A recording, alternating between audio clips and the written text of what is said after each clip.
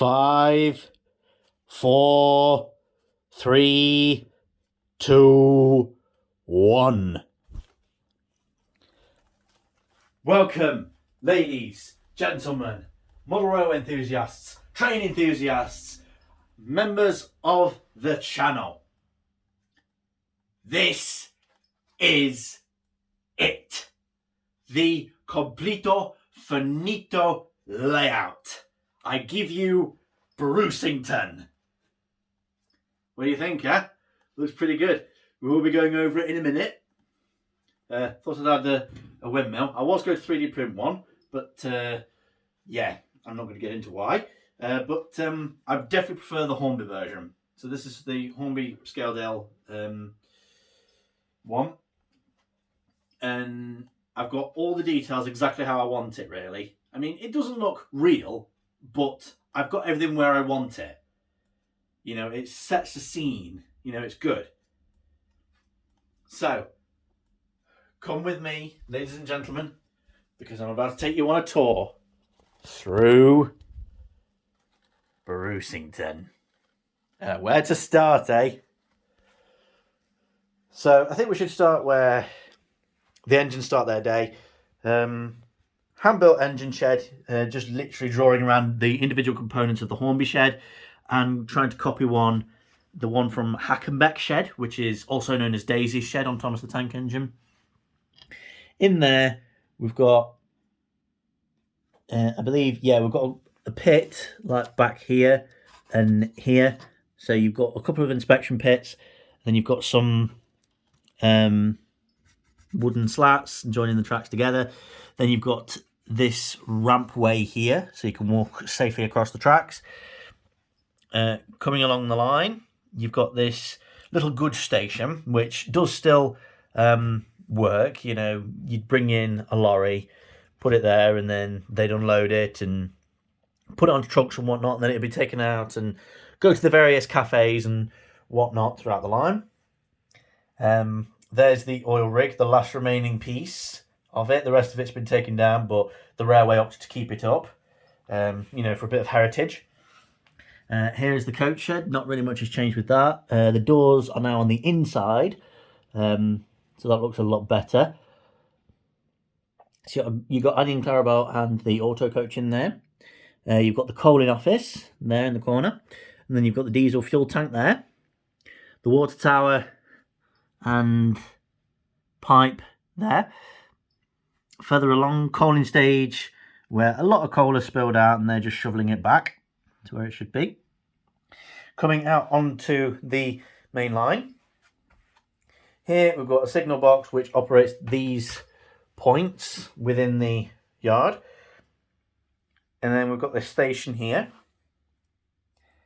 with a nice little wheelchair accessible ramp. There's a concrete fence there to stop you going through there. And there's also some steps there, just in case. And then coming along the line, there's a telegraph pole there, there's a signal, there's some trees. Coming behind the shed, you've got one of these fences, which has got concrete posts and wooden fence panels. A little bit further around, you've got the cafe, which still needs a name. Not perfect, but you know, I tried to make it wheelchair accessible, really. And you've got a couple of people just sat enjoying something to eat and drink. Round again into the car park. You've got Mum's little car, because Mum bought me that one. And then you've got an old dirty Network Rail van. So who knows where he's working.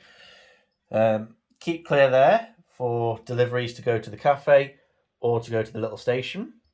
There's also an ice cream van. And then here is the coach that we got from York, if you remember that.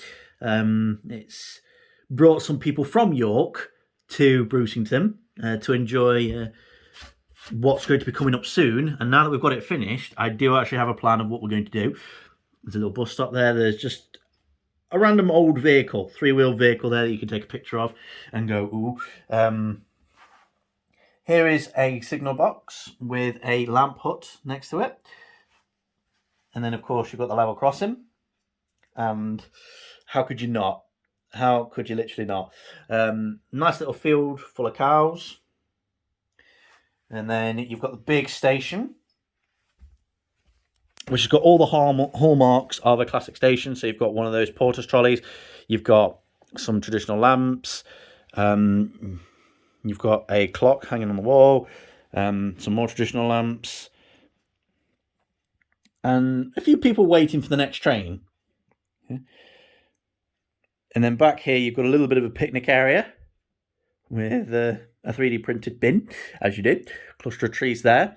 And then here is a statue dedicated to Frank Hornby. Just because why not? And then children's playground slightly in front of that. The vast assortment of things to play on and things to do. So, you know, we need to think of everyone during this. Fencing along this side of the line. You've got a signal up there, which is meant to be for that station. You then got another signal box. Just regular bog standard signal box with another lamp hut. And then, for those of you who have watched Kelly's Accident Part 1 and 2, you will have noticed the changes that have gone on here. So you've got a skip there. That fence that was over there, or, you know, those two were joined together. And then you've got that little fence there. And then another walk across. But this time you've got a ramp on the inside so that the fork truck, which is in here, can bring goods right in here and into the workshop to be used. Speaking of the scrapyard, looking pretty rough, but that's how we want it really, because it's a scrapyard. There's just some spare pieces from the Golden Plover, I believe, in there. Some of the driving wheels and the conrods and the cylinders. And a couple of oil barrels. So that'll get filled in due time. There's another one of those fences fencing off the area to keep it safe, to keep people out. And then the lines are pretty much exactly the same as they always have been. And then in this little corner, that's had probably the most changes, we've got a nice little orchard, we'll call it. I do need a Trevor the Traction engine or something, just working away in there with a little shed or something. And I've done an interesting fence there. Speaking of the fence, there's another one around there. Here's the Coach Cafe, which is now stood up on sleepers. And then taking pretty much pride of place is the new Hornby Scaledale windmill. And it was the last one at Malks, only 50 quid. That's nothing into it. And then coming back around, in this little corner here, you've got the modern prefab, which is acting as a holiday home for some people. So there is the family. So Dad's enjoying a beer. Mum and Sue are having a bit of a chinwag. And there's the barbecue getting ready to be fired up. And then around here, you've got the pull under. I don't know what you'd call it. It's not really a siding. Where locomotives can be maintained and made ready. Bit further along, there's a lot to unpack, isn't there? You've got just a random little empty hut there. That's just an old hut. Don't know what it would have kept in. Put down in the comments below what that should have held. And then Cotswold stone wall to the station master's house, which is probably the bit of the layout that I'm happiest with. You know, there's just something about having a station master's house that close to the line. We do still need a little young'un standing on the fence, waving to the trains. So you've got the Ford Anglia there. There's the station master's wife. There's the station master digging up that tree. There's his work shed, and I believe there was some steps or a little ladder somewhere. That'll turn up. Washing line as well. And that's basically it. That is basically everything to it. So, ladies and gentlemen, boys and girls, etc., what do you think? It's taken God knows how long to get here, but it's been well worth it. You know, I have had a few wobblies with it, you know, as I'm sure you all know,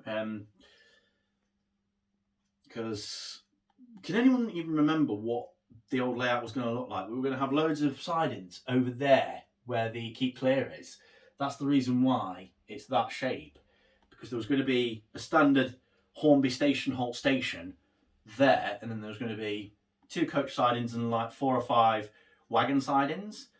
And then I think we were going to keep this double loop, and then I'm pretty sure there was a set of sidings curving around here for a selection of engines and other rolling stock and whatnot. I can't really remember, but I'm definitely happier with the way this now looks. There are little bits that we can add to it. Like I said, the Station Master Sun standing on there, and we definitely need something over here. I think maybe a hopscotch or something that the kids can be doing while the trains are going round.